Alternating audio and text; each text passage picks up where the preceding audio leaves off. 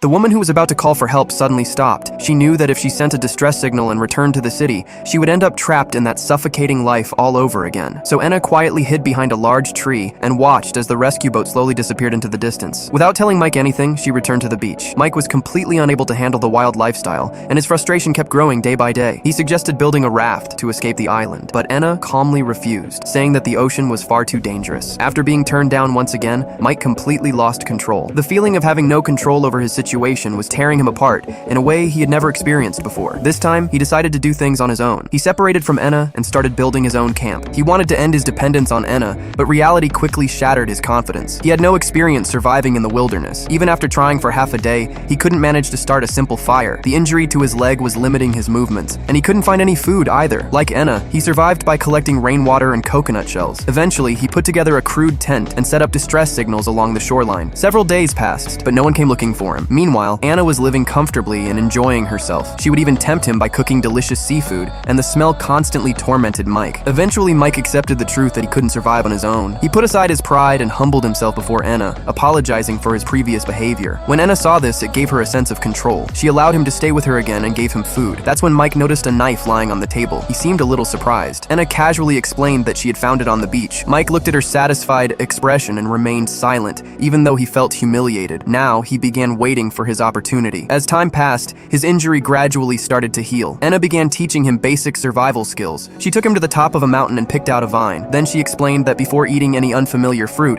it should first be tested on the skin. She rubbed the fruit on her hand, and within a short time, red bumps appeared, proving that it was poisonous. Mike appeared to be listening carefully, but deep down, his mind was elsewhere. Enna pointed toward a distant, jagged mountain ridge and warned him that it was extremely dangerous and that he should never go there. The moment she said that, an accident suddenly happened. The rock beneath Enna's feet broke away and she nearly fell into the ravine. Mike immediately ran over and grabbed her with all his strength. He knew very well that without Enna, he would never survive. After a great deal of effort, he managed to pull her back up. After this incident, Enna's trust in Mike grew a little stronger. She began teaching him everything more openly. Sometime later, a violent storm struck, completely destroying their camp. They were forced to take shelter in a cave. Both of them were completely soaked.